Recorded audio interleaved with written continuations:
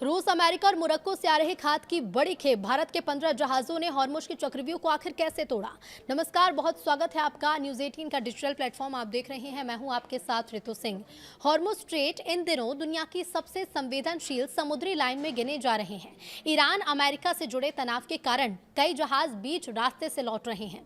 तेल, गैस और जरूरी सामान की सप्लाई को लेकर पूरी दुनिया चिंता में है। अब ऐसे माहौल में भारत के लिए एक राहत भरी खबर सामने आई। सरकार का दावा यह है कि वैश्विक संकट के बावजूद देश में खाद की कमी नहीं होने दी जाएगी। रूस, अमेरिका, मोरक्को, ओमान, जॉर्डन, सऊदी अरब और मिस्र जैसे देशों से उर्वरक लेकर आने वाले 15 जहाज सुरक्षित भारत की ओर बढ़ रहे हैं। इससे खरीफ के सीजन में किसानों को यूरिया और डीएपी की उपलब्धता को लेकर राहत की उम्मीद है। अब ये केवल सप्लाई चेन बचाने की कहानी नहीं, बल्कि चुनौतीपूर्ण हालात में भारत की रणनीतिक तैयारी का भी एक बड़ा उदाहरण है।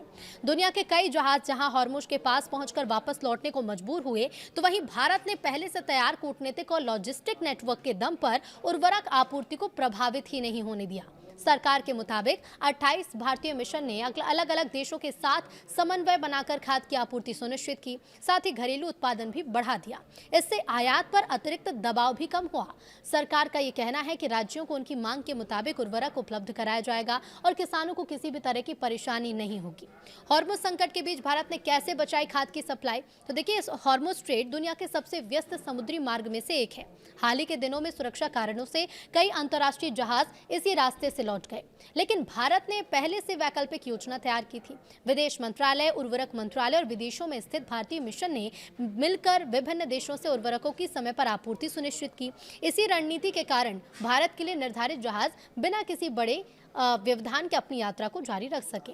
सरकार के मुताबिक फिलहाल 8 जहाजों में 3.32 lakh metric ton urea, 2.57 lakh metric ton DAP और 3 जहाजों में 1.11 lakh metric ton sulphur Bharat लाया जा रहा है। इसके अलावा 5 अन्य जहाज भी भारत के लिए निर्धारित हैं, जिसमें एक जहाज में लगभग 0.25 लाख मीट्रिक टन अमोनिया, दूसरे में 0.45 लाख मीट्रिक टन यूरिया लदा हुआ है। ये खेप खरीफ सीजन के दौरान उर्वरकों की मांग पूरी करने में महत्वपूर्ण भूमिका निभाएगी।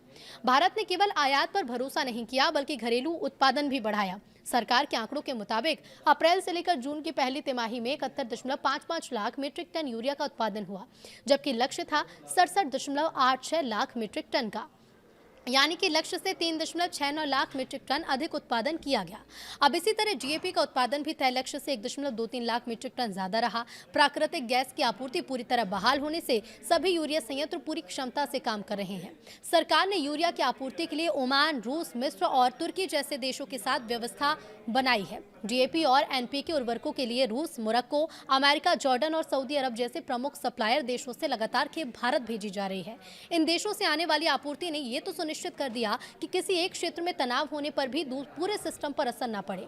सरकार के मुताबिक इस समय देश में कुल 163.35 लाख मीट्रिक टन उर्वरकों का भंडार उपलब्ध है। सालाना जरूरत का ये 51% से ज्यादा है। पर्याप्त स्टॉक, बढ़ा हुआ घरेलू उत्पादन और लगातार जारी आयात के कारण राज्यों को उनकी मांग के मुताबिक उर्वरक उपलब्ध कराए जाएंगे। अधिकारियों का ये कहना है कि खरीफ सीजन के दौरान किसानों को यूरिया या डीएपी की कमी का सामना नहीं करना पड़ेगा, भले ही अंतर्राष्ट्रीय समुद्री मार्गों पर तनाव बना रहे।